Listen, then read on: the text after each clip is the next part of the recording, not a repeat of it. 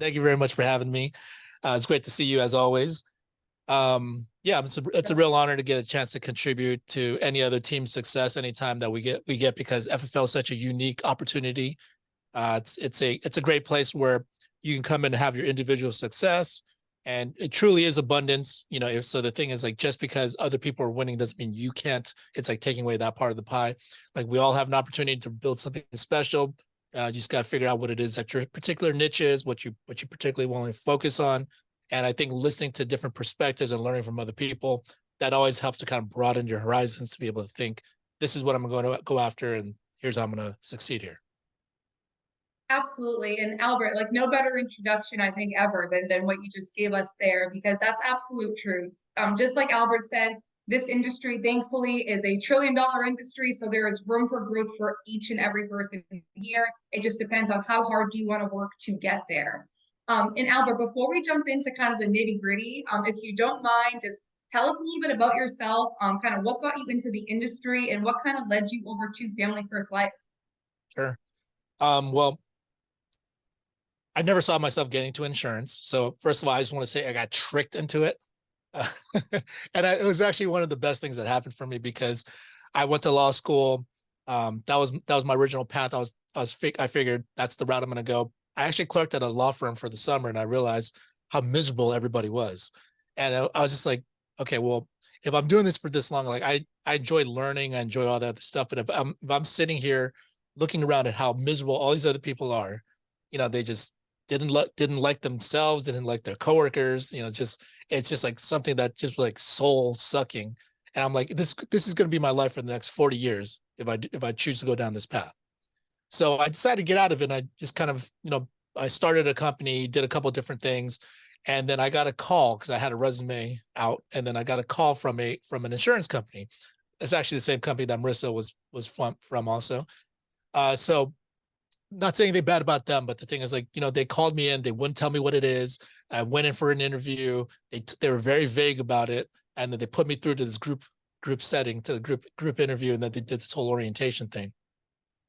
And then I sat there, and I'm like, am I in the right place? Like, should I just run out of here? Like, as soon as this guy turns his back when he's presenting, I should just find a way to get out of this room.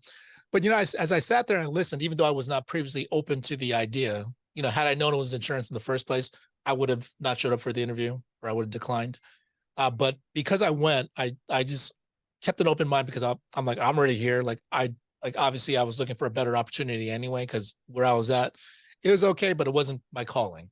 So I sat there, and they started talking about, you create your own schedule, you can be your own boss, you can get into a leadership role, residual income, passive income. I mean, that's always a great thing. So all these things started adding up, and I'm like, you know what?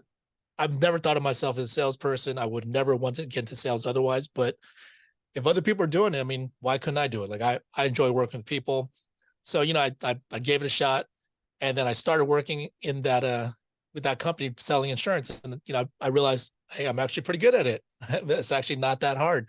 It's actually, I enjoy this learning process. And from there, I kind of built a team and started growing from there. And I was there for 11 years, and mostly good experiences. But I mean, the way that it was set up was not really built for me. Like, I thought about the amount of people that I recruited and brought into that company.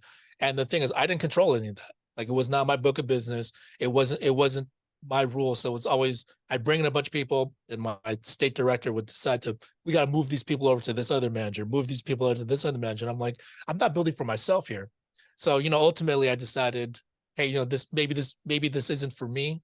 So after 11 years, I held on for as long as I could. I kept butting heads with the state director because I kept thinking I could change him, because I felt deeply convicted in how I wanted to run my business. But I was like, I've hit a certain cap, and it's been this way. I'm not growing anymore. So let me just quit, let me get into something else. And I thought about getting to another industry or getting to something totally different. And right around the time I quit, my buddy Jack Yu, who I'm sure you guys have all seen, the guy with his glasses, funny laugh, longtime buddy of mine, he was already here with Family First Life, and he'd been here for a few years. He was doing really well, and he tried to recruit me a few other times prior to that, and I was never open to it because I never looked at it like this opportunity is holding me back. I always looked at it like it's something that I'm doing or not doing that's leading me to not have the type of success that I want.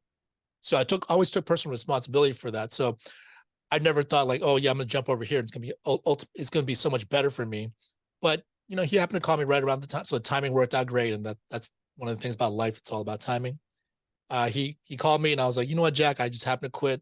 Let's hear what you guys got. Let's hear what Family First Life is all about.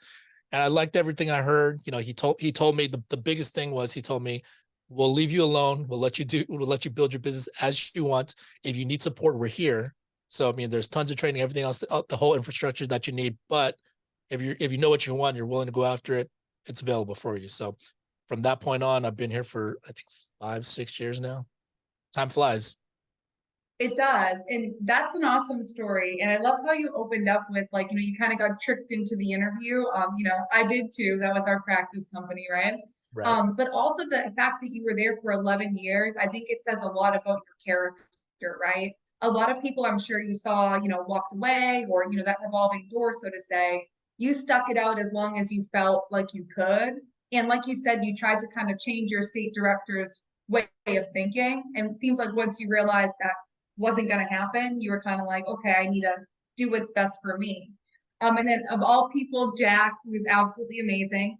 So I'm happy that, you guys connected there because who knows what it would look like today, without you here at Family First Life adding a ton of value. So now being in the industry, 15 plus years, Albert, you've kind of seen the good, the bad, the ugly, the indifferent, if you will, right? And I think that there's a lot to that. I've been in the industry since 2015, and I'm really going to ask you questions that kind of go based off of, being here for a long time. And I always say a large sample size. And Albert, when I say that, I don't mean it in a negative connotation. I really more so mean like, again, you've seen everything. You've seen how many people you've hired to how many have fallen off to things maybe, like you said, taking self accountability, even when, sometimes your first reaction might not be wanting to, but growing through that self accountability, right? And just being able to stay and do things. And I always say survival of the fittest, no matter what you're doing. You could be taking a walk, survival of the fittest, the walk, whoever finishes first, they're the fittest to do that walk, so to say, right? Same thing in this industry. Like we got to get it done. We have to keep moving forward. And I just think that you're an awesome example of somebody who works hard, stays humble, stays hungry, and is just getting after it. So can't thank you enough for being on with us. But in terms of your culture, meaning FFL Elite, you guys seem like you have an amazing culture and it's very locked in, and I love that. How would have you kind of developed your expectations in the business, even if it's knowing who to bring on board, who not to bring on board into your culture? How do you feel like you've built that culture over time, and why is it important? I think culture is an extremely important thing because the thing is, obviously you can't have culture by yourself. And if you're looking to build a team or you're looking to, and like when people complain about, oh, my team doesn't do this, my team doesn't do that. It's like, all right, well, first of all, you are a team member within that group. So the thing is like, if you don't like that culture, you could be the person that actually changes it. You could be the person that actually sets it, so the thing is the title doesn't really matter. It's all about if you want things to be a certain way, first of all, you got to be the person that leads that change. Otherwise you can't complain about it. Because the thing is like it's like these are your expectations or these are things that you personally desire, but what if no one else wants it, right? And the only way that you can really determine if other people want it is like you got to go out there and just do something about it. You can show by your own example. You can be loud about it. You can talk to others about it. You can try to influence others about it. So the thing is, you'll see along the way whether or not people actually buy into that idea or that culture or not. So if you just go ahead and just put yourself out there. So the thing is, if you want the culture to change, but you're not willing to put in that work, what you want doesn't really matter, or you don't really want it that bad yourself anyway. So for me, I've always cared about the culture within my agency. Like I'm extremely blessed to have really cool people in my agency, really people that care about each other, people that show respect. And I think obviously, for that to happen, like I got to show respect. I got to look out for other people. So I think everything that I tried to do, it's more than just about me. Like I think everything that I tried to do is setting an example for other people. Now, obviously I make mistakes. I'm human. I'm not perfect. But the thing is that I think that's the part that really connects with my people is the fact that I admit to these vulnerabilities. I let them know like, hey, I'm not going to be perfect all the time. But, you know, if I make a mistake, I would love for you to tell me. Let's try to figure out a way to try to improve upon that. And I think by showing that, other people recognize they don't need to be perfect either. But as long as we have good communication and we try to do our best to look out for one another, it sets a very successful culture. Absolutely. And all of those things you just hit on are huge, right? Like you said, you can't have a culture by yourself, right? Like you can, but it's really not going to be probably that exciting over time, right? And also, you know, if you're on a team, I love how you said this. So let's reiterate what Albert just said. If you're on a team, so if you're on this call and you're on the team and there's something you don't like that's happening, talk about it, communicate. That's the biggest key, right? I love how Albert, you were like, we just communicate. That's kind of what I hear you saying is like, if something's going wrong, you know, my folks aren't scared to come to me and vice versa. So it's always an open line of communication. And that's extremely important. If we don't know what the people around us want, we're never going to be able to change or help them get where they're trying to go. Now, being in this industry for some time and having the chance to help families face to face and over the phone, what are some tips, Albert, you would give to any agent that you would say you have to do this or you're not going to see success in this industry? Mm. Well, obviously, I mean, the obvious answer is activity, to have enough activity, because it doesn't matter how good your skills are, it doesn't matter how badly you want it. If you don't have quality conversations with people that potentially could buy your product, none of this matters. I think that's the first step. Yeah, I mean, we started off in person, and I think that was a great experience for me. Like, you know, you drive into the hood, you know, you go to like people that make way more money than you, and you learn from just the experience of like dealing with people from different socioeconomics and different walks of life. And I think that broadens your horizon to help you understand it's a big world out there. And the thing is, like, you should think bigger. So I think that definitely helps. So, I mean, if you're brand new and you're thinking, hey, I'm going to come in here, I'm just going to focus on telesales and focus on virtual sales because it's easier, it's less driving, it's going to cost me less money. That's fine. It can work. But the thing is, if you're not getting the type of results that you want initially, jump into the field. That would be a definitely a piece of advice I would give to anybody, because I think you'll look at things differently. Over the phone, all they hear is your voice, all you hear is their voice. So the thing is, there's not always a real connection, especially if you haven't really developed that skill set yet. So, you know, to really hone your skills, I mean, you need to get out in front of people and like watch their face and watch their reaction, watch their pick up on their little mannerisms. And the thing is, like, once you do that, you can visualize once you get back on the phone how this person's actually, how the other person you're speaking to is actually trying to like communicate with you. And then you can pick up on things. It'll raise your awareness in terms of being more effective in a presentation. I love that. And I think you kind of hit that right on the head. I mean, activity, like if we don't have anyone to talk to or we're not talking to anybody, that's definitely going to be a problem. So it's like we have to do that to see success, whether you're in the field, you're doing telesales, you're doing both. And I love how you said kind of the bigger picture, right? Like Albert, I know when I was out in the field, like you said, you're in the hood, and then 2 hours later, you're at a multi-million-dollar home, and they're like uppity, right? So it goes both ways, and you kind of get to see the demographic play out. And how do you talk to those people? How does it sound a little bit different based off their mannerism and body language that they're giving to you?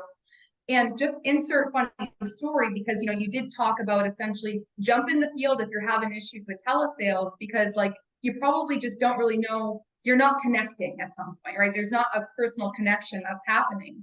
And when that doesn't happen in sales, it makes your life a lot harder to help that family out.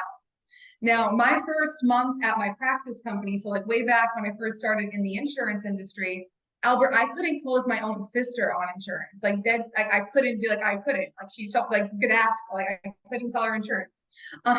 However, over time, the biggest thing I changed that month to go from zero sales to helping it, and at my prior company it was like a big deal, like 20 families, was I paid attention to matching and mirroring with the client.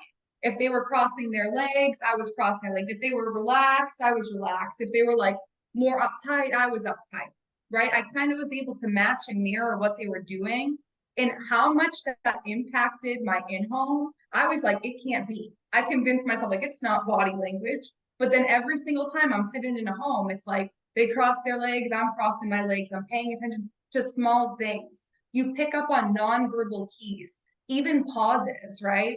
I was in the home for like 7 years doing telesales now. Sometimes when people pause, I'm like, okay, is this a death pause or is this like a they're thinking pause? Like, you know what I mean? I have to kind of think it out in my mind. So just like Albert said, if you're coming in, you want to do telesales, it's not something that can't be done. It's absolutely been done. But at the same time, if you're not seeing success the way you want to see it, get out in the field and see some of these people and talk to them. Have real conversations, and it's going to make your telesale conversation a heck of a lot easier if you can get that exposure. So I think that that was a huge kind of tip there, Albert. And if I can add on Now, to that, if I yeah, just add go on for to it. that, I mean, that's an excellent strategy of mirroring the client, which obviously you can't do if you're on telesales. So the thing is, I'm not saying telesales is not effective or doesn't work. I mean, if you're doing great with it, don't change a thing. Just keep doing what you're doing. But if you hit a certain point where you're like, I'm not getting the type of uh, production that I want, or I'm not getting enough shows or whatever it is, you can tell yourself a lot of things if you're working in isolation. You could tell yourself a lot of different narratives and start creating these reasons why it doesn't work. And the thing is, it's all in your head. Because the thing is, if you're like Marissa and you go out into the field, and because we get enough of this, right? When we're dealing with other agents that want to get better, and God love them for wanting to get better. I always want to be able to help. Sometimes they'll say like, we're on live dials, and they'll be like, I don't know what I could have done differently. And I'll say, hey, why don't you try saying this, or you did this where you should have done this instead. Next time you give that try, and they're like, and then they'll tell you that is what I said, and I'm like, no, that's not what you said. Otherwise, I wouldn't be telling you right now. But see, that's the thing. Like, if you're on the phone by yourself and you're talking to the client, you don't see the client's face, you'll never get that initial feedback. If you're in person, if you're struggling with that certain thing and you go in person, you actually deal with that client. The thing is, if you're mirroring somebody and then like their reaction starts getting like really wild, or they start shutting down and it becomes like cold, then you realize, okay, I'm doing something wrong. On the phone, you cannot pick that up. So I mean, I think that's a key to being able to try to improve your business if you're not getting the results that you want. And again, if you're killing on telesales, keep doing what you're doing. Don't change a thing. Amen. And just like you're saying, Albert, it's like those, like the live dials, if you have an office close by you, like Right. get there. Dialing in isolation and struggling through those dials is not helping you. It's not helping families. It's actually probably making you struggle that much more. Get yourself uncomfortable, get on live dials, unmute, ask for feedback, use the breakout rooms, right? Get to an office near you, whatever it is, get uncomfortable. Like, the first time, Albert, I was on live dials, I was like, this is really uncomfortable, right? But then like the second time, I was like, this is still really, but the 20th time, I was like, this is my job. This is what I do, right? And it's like when you can put yourself into that rhythm and routine of showing up, not only for yourself, but for the people around you, Absolutely. even in the beginning, guys, if it's just going to be for yourself, like I get it, I respect that, but show up for yourself more than you would show up for your prior employer, right? Like if you're not going to call out of work, don't not show up for yourself, right?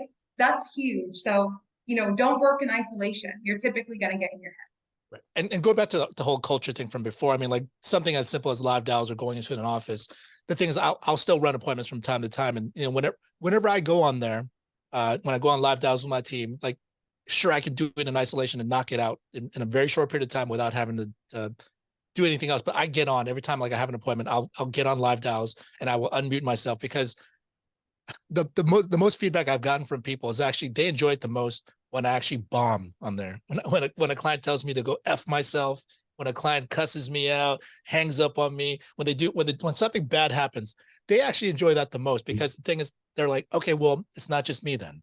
I'm not the only one that's experiencing this. Like if someone that has this much experience and actually knows what they're doing is going through the same exact thing that I am. Yes, I mean, obviously you want the person to succeed, but it's like, okay, well, let's see how he handles it. Let's see how he responds to this negativity. And for me, I'm like, I think it's funny. I know the numbers are the numbers, and like I'm not supposed to sell everybody.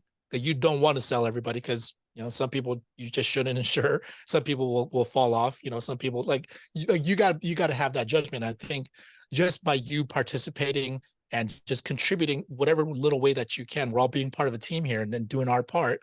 it adds to everyone else's confidence, adds to everyone else's value for them to be able to receive. So I think anytime that we can do that, we are doing something positive, regardless of the outcome of that one particular sit. Absolutely. And that's huge. And I love how you said, like, people usually like when they see you bomb that call, Mhm. right? And it's like, it humanizes everybody else, right? It's like, okay, it's not just me. Like, that happened to Albert, right? Like, that happened to Rami, that happened to Heather, right? Like, it's a normal thing to happen. So I can't agree more that, sometimes it's like, all right, guys, and that's the numbers, right? But if you're not doing your activity in front of somebody else and helping them learn while you're learning, doesn't make sense. We're all trying to learn the same skill set, just maybe in a little bit of a different way, right? And just to kind of piggyback off of that and go back to culture a little bit. Now, when I hear FFL Elite Albert, I'm like, I know that that's Albert Lau's team. Like, I'm not confused. Like, I know, like your hoodie, right? Like, let's go. Like, love it. Talk to us a little bit about social media presence. Like, what's the goal when you're posting, sharing? Like, what's your goal on social media? Well, I mean, I think you'll always have your haters. I think for a lot of people, they don't want to get on social media because they're thinking like, I don't want to draw too much attention to myself. I don't want people to think like I'm arrogant or whatever it is. For me, I don't think any of that stuff. Like I recognize it's gonna happen. For me, I'm like I hate watching my own videos. Like I'm like, ew, do I really look like that? Do I really sound like that? And it's a little cringy sometimes. But the thing is, as uncomfortable as I may find it to be sometimes to see myself and hear myself or think about myself being out there. But the thing is, I care about my business, I care about my team. And if I don't do this, I can't promote my business. So I look at the bigger picture once again. So I got to remove my ego in that situation and just think about, okay, well, if I don't do social media, if I don't put my stuff out there, then I will always limit myself in that capacity. And then for me, like I'll never be like, oh, I'm going to record myself with this thought. I'm going to be like, oh, this is going to be so good. I'm going to try to record myself doing this. So I don't want to think about it. So I actually just hired staff to do it for me. Like I hired staff, I have a couple production guys. I got my admin, they'll put things together. They'll edit it. They'll put it out there. So like when people tell me like, oh, hey, I just saw your recent video. I'm like, I don't know which one you're talking about because I don't post it. I have no idea what it is, but I'm glad that it does happen out. It does happen that way because it removed the thinking for me. So for the parts of the business that you love, you got to embrace it. You got to do as much of that as you can if you know that it's going to do something positive to build your business. But for certain areas, if you're uncomfortable with it, but you know it needs to be done, you need to create a system that allows you to continue to do it, whether you feel like it or not. And that's the only way that's the only reason why I have the social media that I have because I thought about it. I recognize I can't depend on myself and my thinking and my feelings to do it. So I hired people to do it for me. I love that. And, one of the things I think that at one point or another in this business, we have to be able to leave behind is the fear of what other people think about us, right? Just like you said, Albert, like we're always going to have the haters. Like no matter who you are, like whether you think you do or you don't, like you have haters. We all do. And at the end of the day, when I stopped caring, like you said, like what people thought about, like, how do I look in the video? How do I sound in the video? Was it my best performance? Like, like whatever it is, when I was able to remove that thought of like, what if, well, will this insert person or insert, group of people think this way about me? It's like, that doesn't work. I had to reverse engine my brain to be like, who cares, right? It's going to help grow the business. It's going to help the team. It's going to help people who potentially watch those videos. So at the end of the day, you're putting up good value and you're trying to help people still. And through social media too, Albert, do you have folks that will reach out to you, whether they're warm market, cold market, they followed you for a little bit, that are trying to maybe become a part of your organization? Because like you said, you made essentially social media systematic for you. You have a system that's plug and play. Everything's going to go out each week. Albert doesn't have to worry about it, right? But it's automated and it's going out. How does that help you grow your business? Oh, definitely. I mean, so I've hired plenty of people that have that I didn't know that I knew, and then they'll reach out to me, and then when they join the team, they're like, oh, I wasn't even looking to insurance, but I saw this one video of you, and it was like a old video. So all these videos, all the content, it's all evergreen, right? So it's all pretty much going to continue to be true. So if you put out content, I think the most important thing to recognize is that you shouldn't think about, hey, I'm going to put out this one piece of content, or I'm talking about my business, and I should expect an avalanche of results immediately. And then if you don't get the amount of views, or you don't get the amount of responses that you were expecting, it's not a failure, because the thing is, as long as you continuously put out value, the thing is, you're building a brand as you consistently put out content. And the thing is, it's all about timing, like we mentioned earlier in life. It's just like that person may have seen it, but they're not ready to start yet, or they may have seen it, and at the time their job's working out great, but then later on, when they're like, I've been hearing a lot about this insurance thing, because number one, social media works that way. Algorithm keeps feeding you whatever you start to look at and think about, or whatever you talk about, because they're listening right now. But that's the thing. It's going to attract the right people at the right time. And you should never look at it like it's a sequential thing. It's going to be, you're just throwing a bunch of stuff out there, and then eventually something's going to connect. And when it connects, that time is going to come. So you just have to, it's a long game. You got to continuously put in the work, and just think the bigger picture, and don't overthink.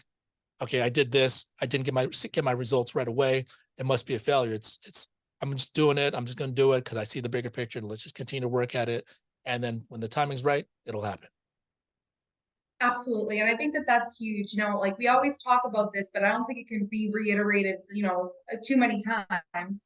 On the selling side, we see that result, we see the deposit, whatever it is sometimes, and, as quick as, 24 to 48 hours. Whereas on the building side, guys, it's going to take a little bit longer. Just like Albert said, he has a system that each week, like he has content going out, right? So systematically speaking, if I know Albert and I'm looking at his page, or not, because it goes out every week, so I'm probably going to get it in front of me anyways. I'm able to look at Albert's page, and maybe it's not the right time. And there's so many people even on this call right now that I could point to and be like, it wasn't the right time for them then, but now it is. Now they're working and they're killing it, right? So really just realizing it's a drip. It's a bigger picture game. It's the long haul of the game. And I love that that's how you look at this industry, Albert. Like it's not all going to happen today, but it is all going to happen, right? So Right. awesome mindset. And then being in the industry this long too, kind of last couple of questions for you here. We're going to face adversities in business. I don't care what business you're in, you're going to face adversity. I think it's inevitable. I think it's necessary. It has to happen for us to grow. Talk to us a little bit about facing adversities, kind of what that looks like to you, and how this changes as you're kind of going through the business, right? Like things that you think are a problem today, like will probably not be a problem in, 3 months or 6 months from now.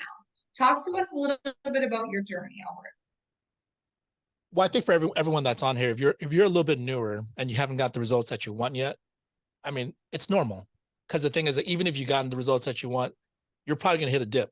So there's going to be peaks and valleys throughout this whole ride. So I think it's important for you to take a step back sometimes and just recognize it's a long game. And you should, the key to this is just to not quit, because it's about outlasting your competition. It's about outlasting your problems. It's about outlasting that current negative mindset that you happen to have. As long as you stay in the game and you continue to work, like you give yourself a shot to actually succeed somehow. So I think two people take too narrow of a scope sometimes, and they just think like, oh, I didn't sell anything today, or didn't sell anything for this week, and like this must not work. Where in reality, it's like, even the top producers, even like the Marissas, even like the Ramis, even like the Steve Giordano's, or all the top people, they've gone through tough stretches. And I think that's the part that people tend to overlook. They just look at the successes and they just think like, oh, I must be doing something wrong. And I think we need to stop comparing ourselves based off of that. Just understand there's a lot more to this whole thing behind the scenes that's going on here. But the consistent thing, the thing that for all the people that have success, the thing that's consistent for them is they continue to work, no matter how they felt, no matter even things were going rough. If you're not going to quit, as long as you're working, it'll work out for you. Now the thing is, if you decide not to quit and you're just not doing anything and you're not working, it's not going to magically work out for you. It's got to have those two different components. You set your mind to just persevere and continue to put in the work, and it eventually come. Absolutely. And I love how you said like peaks and valleys. Like you might be the new agent that got started, and maybe you got a couple sales under your belt in your first couple of days. That's great. But just like Albert said, like there's going to be times where you have that dip. Like it's inevitable. It's supposed to happen that way. It's part of the learning process, right?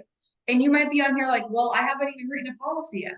Well, it goes both ways. You're getting your learning curve out of the way right now. You're going to have some peaks and valleys too. Don't worry about it, but you have to keep working through it. And just like Albert said, I really do think that that's the key. As long as you don't give up and you continue to work, like it's going to work out every single time. And the reason I feel so convicted about that, Albert, is because I've been doing that since 2015. And I think that that's why you're just as convicted too, is because we've probably seen different situations play out. We were like, oh my God, the house is on fire, right? The first situation. And then we realized, hey, like we're the only ones who can set the house off fire, relax, take a step back, keep moving forward, and we're gonna win, right? So love it. And then just to kind of wrap up, in the years you've been here with Family First Life, Albert, have you attended annual convention every single year?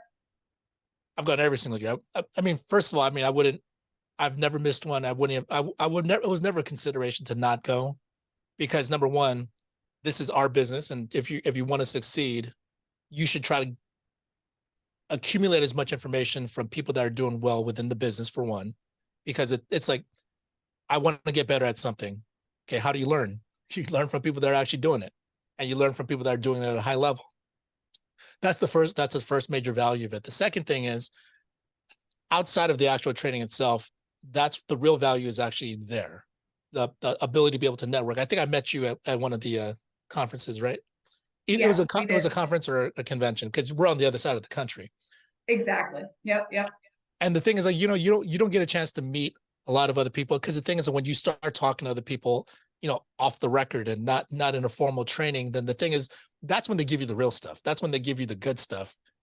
Not everybody, because some people, it's sales. Some people are still competitive. They want to keep a little bit to themselves, and they don't want to share with everything. But that's fine. Like you don't need to learn. You don't. No one owes you anything. But the great thing about FFL, as we mentioned earlier, is just that there are a lot of people that they see an abundance within this field, within this industry. So the thing is, if you beat them, take them aside, ask them good questions, ask them real questions, and it has to be questions about you wanting to get better. It can't be like you can't be asking the questions trying to get them to loan you some confidence and trying to loan you some success because that won't work. It has to start with self belief in yourself. So you could be like, hey, I'm trying to do this, but I'm struggling at this. Like, what would you tell me? Rather than like, hey man, does this really work? Because like that's not a real question. That's like you trying to have someone disprove that you don't believe why this won't work because you don't believe in yourself. So if you make that time at the national conventions and use that properly to be able to network and talk to the people that you want to talk to, because honestly, like you'll connect with people that you may not connect with in different ways. And like Marissa hits a different demographic than I do, and that's great. I think that's an awesome resource to have within FFL. So I mean, the thing is, that's in people like us. We're there to try to help other people and be able to contribute back something because it's given us this much. So go out there and like do not miss this event. Get yourself out there, and hopefully I'll see you guys there. Absolutely. I know I'll be there. And I love Albert when I asked you that, you like almost like looked at me like obviously I go to every single annual convention. Like, why would I miss one? Right. Like that's like the proper response, guys. Like Albert said, this is our business, right? So if you knew you're gonna go to a meeting with, the top, X thousand people in the industry, like why would you not go? Like it's your business at the end, like your business. So if you don't go to annual convention, I always say like unless like the house is literally on fire, like you should be there. If not, like you're not really in business for yourself. You just do this kind of like a hobby. So guys, mark your calendars if you haven't yet. I know Christina's gonna wrap up with some recognition, but guys, get to annual convention. Like Albert just said it best. There's no better place to network and be able to be like, hey, Steve G, like, what is your actual opening line? Hey, like, how have you grown your business from, having 2 writers to having 200 writers, right? Like, what is that? Like, there's different questions and different people when you're even watching trainings. And if you can't point to somebody that you're like, I haven't met them, but their training's amazing, you probably don't watch enough training. You probably don't even watch the TNL, if I'm being very blunt and honest, right?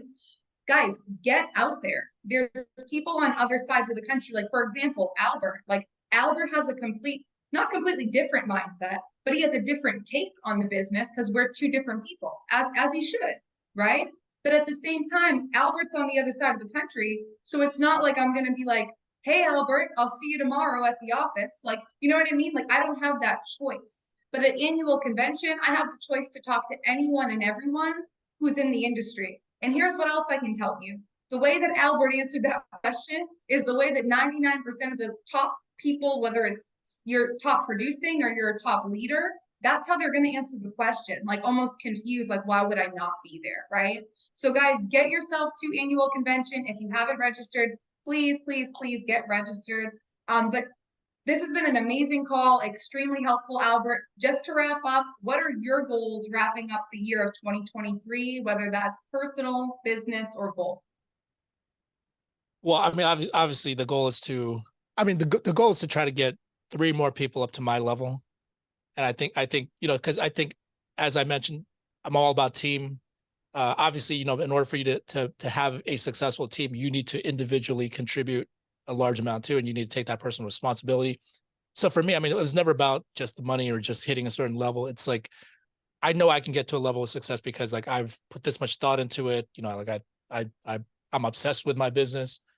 So the thing is like, how do I get other people to get to that point? So I mean, it's more about finding the people that are willing to build their own brand and build their own thing, and those are the people you want to pour into. So everything that I've learned, just try to contribute back to them. And if I can triplicate myself, number one, I mean, it's a very fulfilling feeling, but also like on the business side of things, it's like if I can 3x my business that way, 4x my business that way, like how do I not make more money anyway? So it's a win-win situation. Absolutely. And I love how you always go back to like, this is team, right? Like, what do I want to help 3 more people get to the level that I'm at? Like, and that's not only going to help you, Albert, from a top line standpoint, but it's going to help all 3 of those people too. And it's going to help the people that they're bringing in to see, hey, Albert's not just out there to get it done for Albert. Albert's out there to get it done for everybody on the team that wants to get there, right? So it's been a pleasure having you on today, Albert. I truly appreciate your time. Make it a great day. Anything you want to wrap up with before you hop off? No, I mean, I think I first of all, it was a real pleasure to be invited. I'm honored for that. I'm looking forward to having you on our call soon. But I mean, for everyone that's on this call, I mean, like wherever you guys happen to be at in your respective career, just think about what it is that why you started here. Think about what you wanted to get out of it when you first started. And if you haven't got to that point yet, just think about what could you do differently? Because the thing is, no matter where any of us are, myself included, Marissa included, we haven't done everything that we could do yet. We haven't figured everything out yet. So the thing is, there's still always potential to improve upon our business. And it's stuff like this, you know, anytime you have an opportunity, like you have a leader like Marissa that's willing to come on and take her time, because she doesn't need to do this, but she's taking her time to, you know, try to find resources for you, try to impart it to her experience, her wisdom, her expertise in certain things. I mean, you should really take that stuff and run with it. And you know, with national convention, that just takes it to a whole other level. So